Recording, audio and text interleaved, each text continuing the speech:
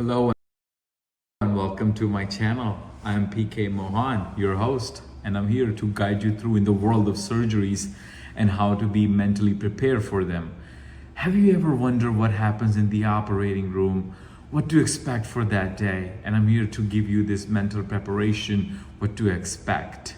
This channel is for patients who are about to get surgery, also for medical students, as well as the operating room staff.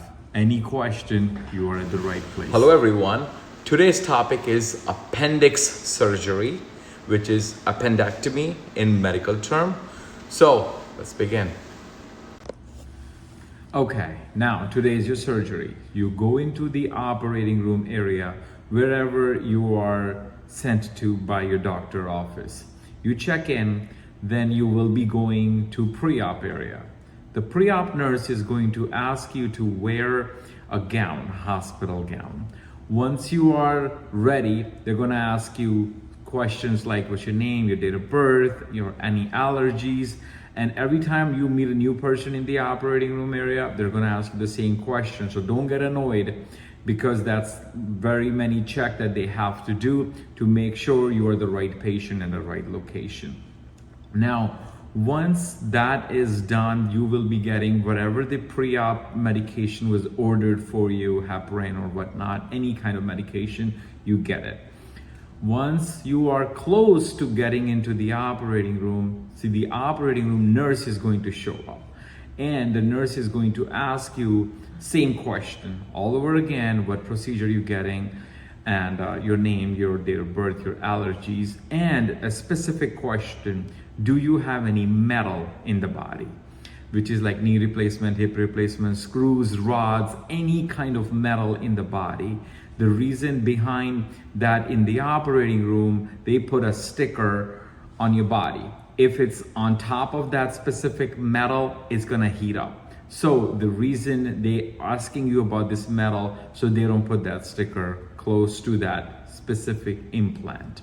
Now, once that's taken care of, you will be going into the operating room within few minutes. The anesthesia probably going to take you.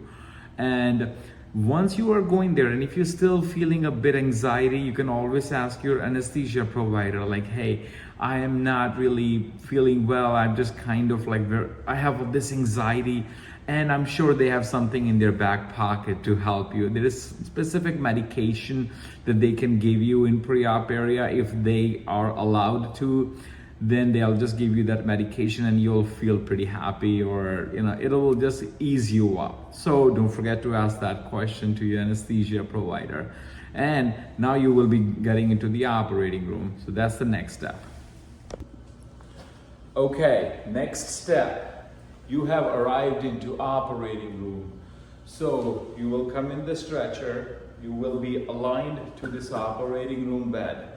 Once everything is aligned and the staff tells you to move over to the bed, operating room bed, you scoot over. Once you scoot over, if you're not able to scoot over, the operating room, we have everything available to move the patient. Once you are on this bed, everybody's gonna be all on you like a pit crew. Somebody be putting stickers on you, somebody be putting the blood pressure cuff, somebody be placing the SCDs on you. These are the sequential boots. They will circulate your blood during the procedure, just like I'm massaging your legs. So they go on your legs, and that's based on if you get leg surgery or not, then you don't put them on. But if you have any other surgeries, they put the SCDs on.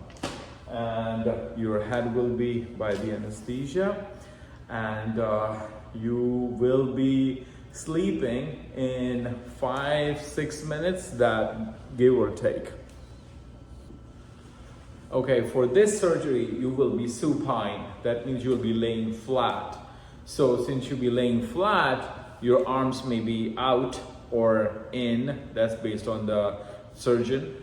What happens then, once your arms are out, we put these ecrate, they're foam. We rip them and we put them in the pressure area, like under your elbow, shoulders, under your heel, anywhere there may be cause of pressure injury based on however long you're going to be in the procedure for. There will be arm straps and leg straps, so there might be use these crates underneath all those pressure area and under the straps, so you won't get any marks. So be very careful about your surgery. So every single person in the operating room is caring for you. Here's the crate. Okay, now you went to sleep, and right before we can start the surgery, we might have to take some hair off your body based on what procedure we are doing. So we have the razor, clips, and the tape. Once we take the hair out, the tape helps us to pick it up. So it's very quick, we have it. And if you need a Foley catheter, we also have it available. Only take us 3-4 minutes and it's in your body, you won't even know it. And we take it out right before your procedure is even ended. So we don't want you to be peeing all over the operating room bed. So enjoying the video? Now, I would like to tell you that I am a published writer and I have written not one, not two, but over 30 mental health books. I only write about mental health and related topics, and my books have inspired many. The link for all my books is below. Please go and check it out and support me. Now, back to the video. So another preparation before your surgery can actually begin is prepping your body. So the prep, if you are getting any kind of surgery, it needs preparation. So that's ChloraPrep, or it has the sponges in there, and we can use HibaCleanse based on if the doctor wants HibaCleanse or they want betadine. So we have everything in the operating room available. If we use the ChloraPrep on your body, we have to wait 3 minutes after it's applied, because the chemical in it may cause fire if it's not get dried. So by law, we have to wait 3 minutes after it's applied before we can put anything on you. So here is the prep. Next step, we have to put a Bowie pad on the patient. So the Bowie pad is a sticker, gets onto the patient mostly right thigh, left thigh, or by the calf or scapula, flanks, doesn't matter, as long as it's away from any metal. So if the patient have any kind of surgery like knee replacement, hip replacement, anything, don't put this pad on there on that specific area, because this pad will make that metal hot and you don't want to do that. So this pad gets away from the metal, but it gets on the patient. So it's for the Bowie. There's the Bowie pencil right there. You can see it. So this is for the cautery, so cut and coagulation. This was originated in 19th century. William T. Bowie, that was the name of the person who invented it. Here's the Bowie.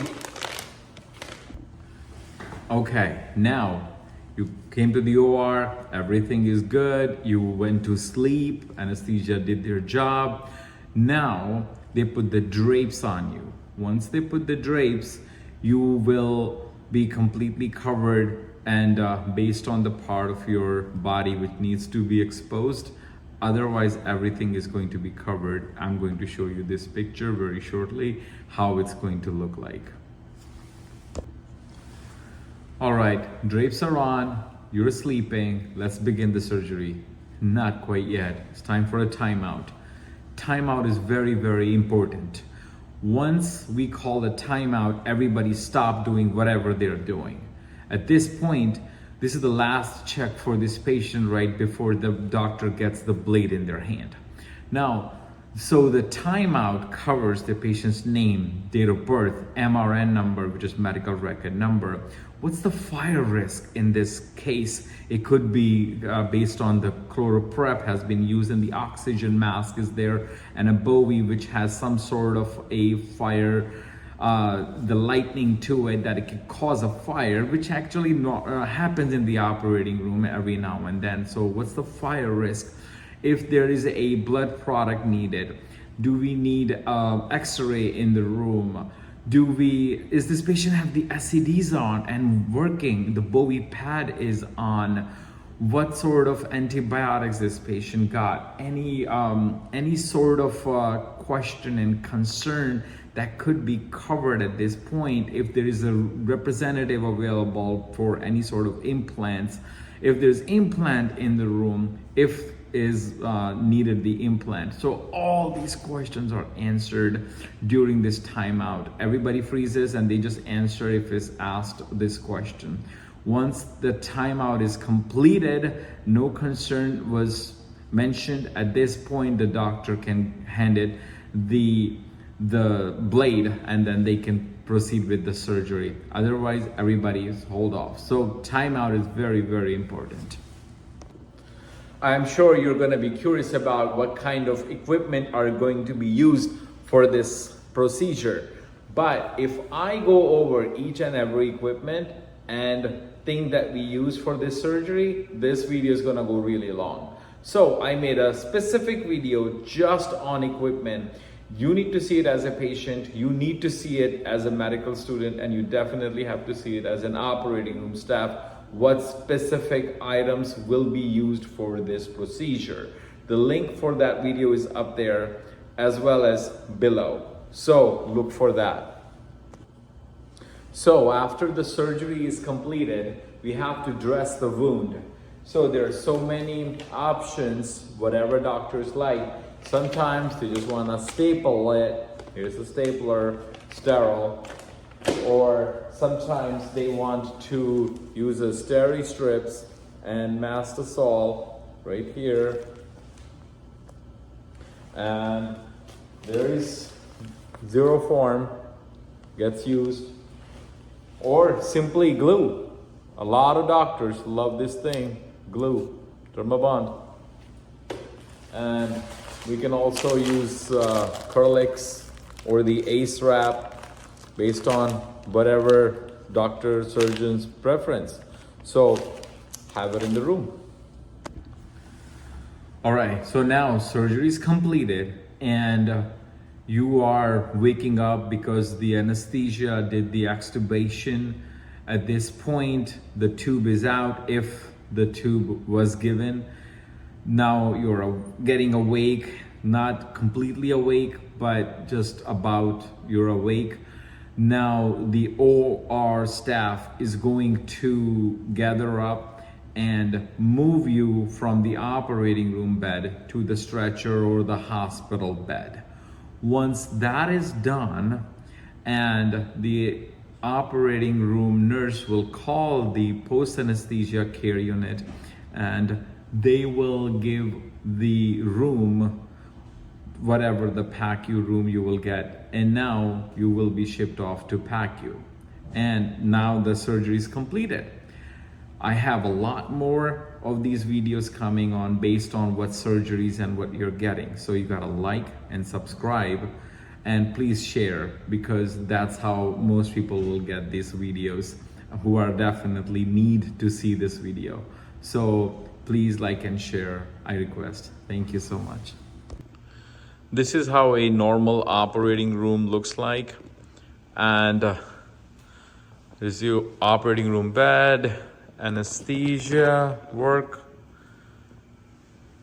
That's the table for sterile setup.